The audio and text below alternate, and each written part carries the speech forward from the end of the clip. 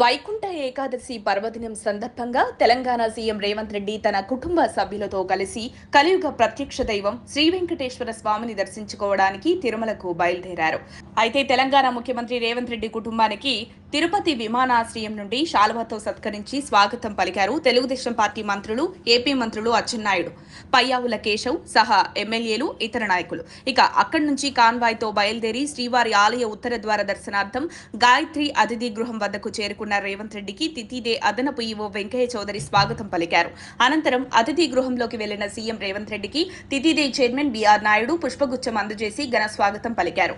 ఈ సందర్భంలోనే స్వామివారి చిత్రపటాన్ని కూడా అందజేశారు. ఈ సందర్భంగా బోర్డు సభ్యురాలు పనబాక లక్ష్మి కూడా హాజరయ్యారు. ముఖ్యమంత్రి శాలువాతో సత్కరించి శ్రీవారి చిత్రపటాన్ని అందజేశారు. ఈ ఉదయాన్నే తెలంగాణ సీఎం రేవంత్ రెడ్డి కుటుంబ సభ్యులతో కలిసి తిరుమల శ్రీవారిని దర్శించుకున్నారు. తెల్లవారుజామున వైకుంఠ ద్వారం ద్వారా స్వామివారిని దర్శించుకుని ప్రత్యేక పూజలు నిర్వహించిన ముఖ్యమంత్రి కుటుంబ సభ్యులు తిరుమలలో వైకుంఠ ద్వార దర్శనాలు సోమవారం తెల్లవారుజామున 1:30 నుంచి ప్రారంభమయ్యాయి.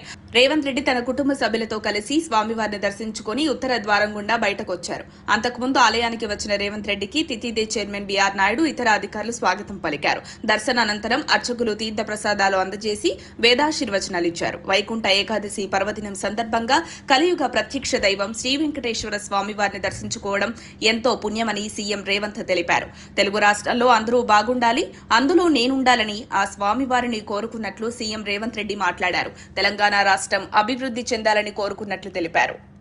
మరిన్ని అప్డేట్స్ కోసం మా కాయ్ టీవీని సబ్స్క్రైబ్ చేసుకోండి.